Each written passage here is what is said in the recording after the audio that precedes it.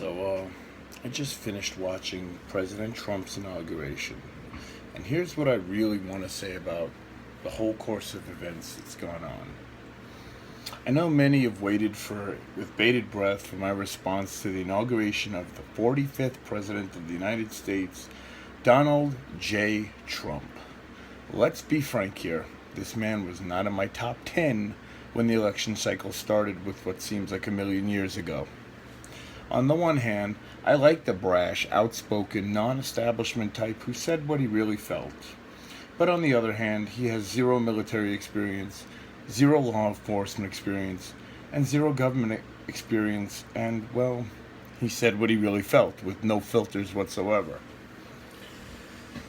It was a man who I admire very much, however, Dr. Ben Carson, who's quoted as saying, "It was amateurs who built Noah's Ark and professionals who built the Titanic."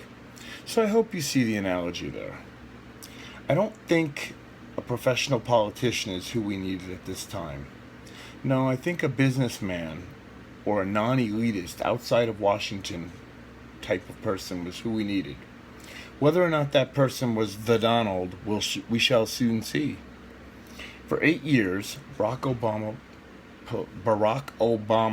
I'm going to show him the respect that a former president deserves, blamed his predecessor, George W. Bush, for everything that he couldn't blame on Fox News or guns. I don't want to minimize his historical significance, so I won't.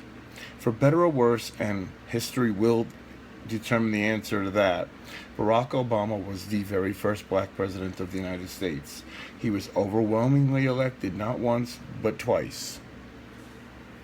For the last 2 years of his presidency, he was basically a salmon swimming upstream against the current.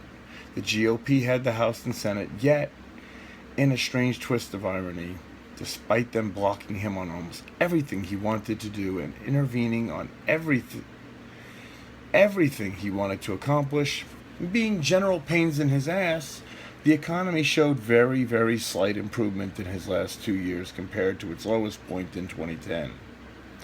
I'm going to liken Obama to an arsonist who sets fire to the house and then tries to put it out to call himself a hero.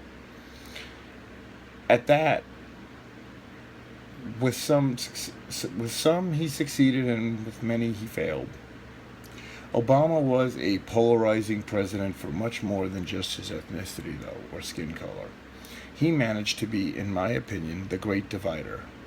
He always found ways to jab, divide, and split this country. He never let a good tragedy go to waste, and he set in motion economic policies which really crippled the economy. The hardest hit group of people, tragically and ironically from our very first black president, was really the black community. Numbers don't lie. So how on earth can that be? Easy. The PC police took over this country. They made it okay for there to be 84 and a half genders and for a boy to now be able to take a shit in the girls' room. They made it okay for the people to hate police. He even seems to condone riots, looting, and general lawlessness in the name of criminals, while black children were murdered and slaughtered daily by other black people, yet nobody gave a shit. Why don't their lives matter? But I guess when you take advice from Al Sharpton, you're kind of asking for trouble. So now we move on to a possibly even more polarizing president. If anyone ever thought that was not possible, remember, how many of you really believed we'd ever elect a black president? I'll wait. Exactly, no one did. But we did, twice. So we could throw out the racist card, even though racism is alive and well, sadly. We can say that his words leading up to today were outrageous at worst, at the very worst case scenario. I don't believe Trump ever really truly thought he would win. I do think he is indeed narcissistic, no different than Obama in that respect. Initially, though, I think his run was a publicity stunt. It turned into something no one saw coming. As he gained momentum, controversy, more momentum, and publicity, we noticed a change in the Donald. He became hell-bent on actually winning because he's just that arrogant, and no one can deny that. I hope with the enormous power he now wields, he's humbled a lot. Note to you liberals, snowflakes, leftists, Democrats, etc. You created the monster. You spent 8 years allowing Obama to have all the power he could want, never even thinking for a moment that he could be replaced in 8 years by someone who scares you with that much power. That's exactly what happened. Donald Trump shits on your political correctness. He seems to almost thrive off the antagonizing the media, and maybe it's time for some real journalism in America again. He pissed a lot of people on the left and the right off during his campaign. The establishment Republicans probably spent more money to beat him than Hillary Clinton and the Democrats did while trying to rig the election. Don't think the GOP is exactly thrilled that he won, because he's not one of them. So now we as Americans must begin the healing process from one of the most, if not the most, divisive election ever. We as Americans now wish, hope, and pray that Trump does well, because if he fails like Obama and Bush did, we're all screwed. Americans have every right to criticize him. The First Amendment grants you that. If I hear him blame Barack Obama once for anything, he will have lost any respect that I got for him. I voted for Barack Obama in 2008 because he campaigned on being better than Bush, and sadly he was worse. I voted for Trump in 2016 because I believed he was the lesser of two evils. You know, the crazy neighbor that our enemies will hopefully be scared enough of to not F with America. Call it speculation, but I think ISIS, North Korea, Iran, and any other American enemy is scared to death right now, kind of like when Reagan took office in 1981. President Trump. The name alone has the ability to make little snowflakes go into safe spaces with cocoa and crayons and puppies and claim PTSD, or as I call it, President Trump's sicko disorder.